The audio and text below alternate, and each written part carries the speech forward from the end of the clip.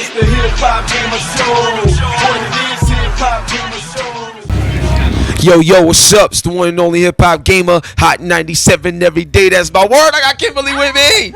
Yeah, it's going down, man. All right, I'm going to tell y'all something. If you never seen South Park, shoot yourself in the gum.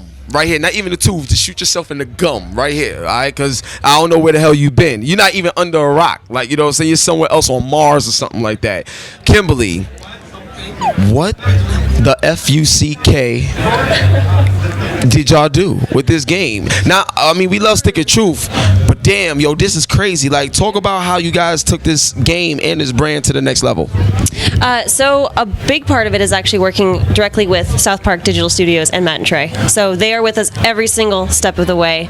They love this. This is their baby, right? For 20 years, they've been putting the show on, and they are avid gamers as well. So they, I mean, like, really avid gamers. Board games, like, they just go at it. So they're really passionate about this game. They're going to make it hilarious. They're going to make it a little bit uncomfortable. And it's going to have some really good game mechanics to go along with it. Now, one of the things that I was thinking about when I was seeing the demo, even at the Ubisoft conference, I thought it'd be great if there was a South Park app that went along with the actual video game. I think something like that, however you guys design it, I think that would be great, because the humor and the way they relate to real life situations, imagine being able to take that with you.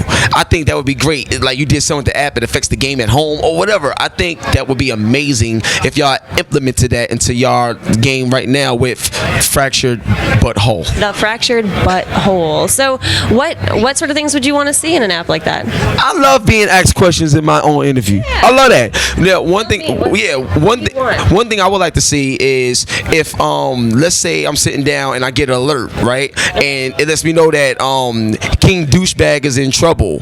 So because he's in trouble, I might have to do like a puzzle on my app.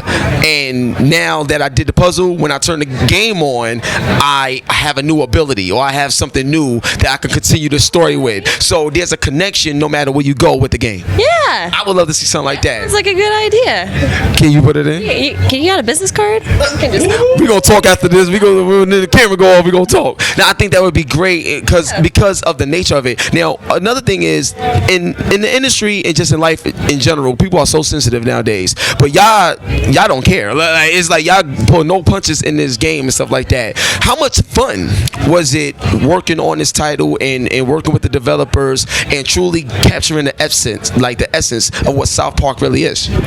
I mean, you hit it right on the head, honestly. We are being true to the South Park brand, and nothing is safe with South Park. Nothing is safe, right? Not even us as the developers, not even themselves. They'll poke fun at themselves too, you know? So it's very timely. It's whatever happens in the news, and they'll poke fun at that. So it has been quite a ride, and there are times where we'll be in meetings and we'll be talking about things, and we're like, good thing HR's not here, because I love it. We would be in super trouble. Now, I'm gonna say something, and I think this needs to happen. But you know, South Park, I think it'd be real dope if there was like a real time element to this game. Meaning, let's say 2 months from now, something happened with Hillary and Trump, or like something happened, and whatever took place was able to be put in the game, and you can play it out. Like, you know what I'm saying? Stuff that happened in real life that's real crazy and edgy can get updated and be a part of your game, and you can play it out. I think that would be like, I think it'd give it a whole new set of legs every day, because crazy stuff happen every day. How can that happen with this brand? Well, it's funny because that's actually perfect for this brand. I mean, that's how South Park makes the TV show. Yes. They literally start it 6 days before the episode airs. So they write the script, they do all the work, 6 days. That's why it's so timely. Wow. Yeah. So we're bringing that sort of mentality into this video game, and so much of it is like what is happening right now, and what can we poke fun at, and what makes the most sense. And I mean, it's all superhero themed right now, and that's such a big thing in movies and TV shows, and so it's very timely, and it's just perfect. I think Deadpool would be great in the world of South Park. Yeah, can you guys fit right in, actually.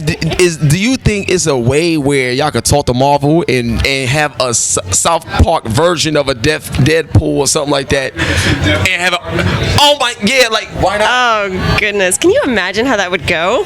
It would just be crazy. It would be crazy. I would love see. These are the things that we would want to see based on what the game is. Now let's talk about this gameplay. Okay. It's definitely different, and I love how the environment affects the gameplay. Because when you there's a part where you see a car driving down the road, and the kids gotta get out the street, and they're like, "Hey, the Civil War, you dick!" Like, you know what I'm saying? It's just so real. But in terms of combat, walk me through it. Is this like truly like an RPG, like leveling up? Like, walk me through what we will be able to see in this game. Yeah. So touching on the RPG elements really quickly, you will be able to level up. I mean, you're starting off as the king douchebag from the previous game, but we're playing superheroes now. It's a new game, so you're back to level 0, essentially, right? So you really got to go, because you can't transfer over high fantasy to superheroes. It just doesn't really work. Right. So there's leveling, there's experience, there's what was that? He said door? Dork? Door. Thor! Oh, Thor! Okay, well, okay. Mythology, superhero, I guess we can get that in there too. But traditionally, high fantasy doesn't necessarily transfer over to superheroes. In any event, we have leveling, we have experience points, we have a crafting system. So a lot of the feedback that we got from the first game, we really wanted to put into this game, and having something like looting a bunch of things. It's a very explorable world still in South Park, so all the things that you find, you can now take and craft things out of them. It's not just like looting things and then selling it. So we've taken the RPG elements and boosted them up a little bit. And then combat-wise, you actually brought a really good point where the environment can affect combat, and not many people have picked up on that yet, but that is a big deal. So now we have space and time, so you can move around in combat, and there's actually like a combat grid. Yes. And then there's time. You have these really powerful farts The fart core was classic. Fart. Yeah. Oh, that's just one of the types of farts that you can do. There's a lot in this game. All right, well, I'm gonna tell you right now, like, shout out to my boy Critical Eye, but whatever farts you need for the game, you should hire him. Oh yeah? Leave it like that. Shots fired. He's just gonna leave it like that. Al, I'm telling you, you don't want to hear, see, or smell anything that comes out of this man. Promise you. Share a hotel with him and change your life. That oil is gonna get edited. Dang, he called you out though. I had to. Yes. They've been bothering me the whole time. You know what I'm I do that. You're standing next to the king though. No, you're not. Oh, No. Next question. So next question. So now I got 2 more questions though, and then we're gonna wrap it up. Now, like, my next question is, I think it'd be real cool if you was able to like create like your own, like put your face on a South Park character. I think that'd be pretty dope if like I could walk around as me in the world of South Park.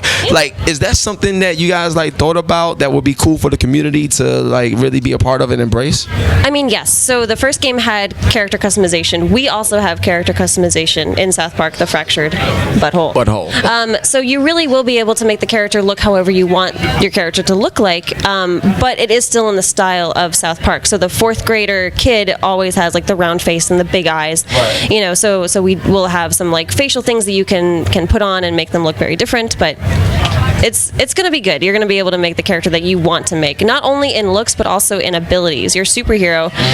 Sorry, I'm going a little bit too far into this. But, No, I love it. But so we have a bunch of classes that you will unlock as you go through, and one of them, as an example, is the Speedster. So that's the one that we were showing off a little bit today at E3, and it's just a really fast-moving character that does a lot of melee hits, right? Yeah. But let's say you take that as a first class, but then later on you unlock, I don't know, this like brutalist class. So you're just like a big tank and you want these big heavy hitter ones. You can actually take different powers from each class and make your own set of powers. So you are not limited to just choosing one. You can make your own superhero. It's gonna be good. Last question. That's crazy. All right, last question. Now, I asked a lot of people this. This is like my signature question and stuff. Okay. But what was one of your biggest fears that you've ever dealt with in life that allowed you to become what you are today, creating games, giving us a pleasure that can be timeless? You know what I'm saying, in life? One of your biggest fears that you've managed to overcome? Oh, goodness. goodness. I think for me, it's just getting over the self-doubt, you know? So we're so often just saying, I can't do this, I'm not good enough. You compare yourself to other people, and you just need to not do that. It's got to be, I'm going to try this thing, and I might fail, but I'm going to try it, and I'm going to learn from that, and I'm going to keep going and move forward. What's the biggest thing you learned in the gaming industry and just doing what you do? What's one of the biggest things you learned and your biggest inspirations? Biggest thing I've learned? Gosh, it's so hard. I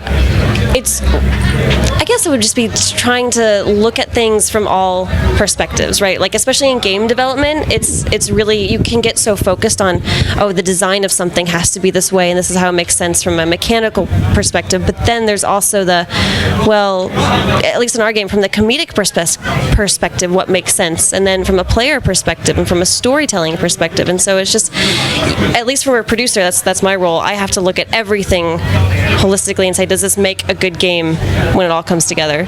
So that's probably the biggest thing I've learned, at least about game development specifically. That's great. Now, the reason why I asked you that question, and this will be officially the last one, but the reason why I asked you that question is because I feel gaming actually helps people to become better, like just as a person, because there's things in it that's so strong and inspirational through the actual gameplay. And seeing this game, how funny it is in the comedy, but to be able to execute it this well, I could tell you must have gone through a lot to make it happen. So I really appreciate the work. I love you, Kimberly. This is the producer on South Park, Fractured but Whole.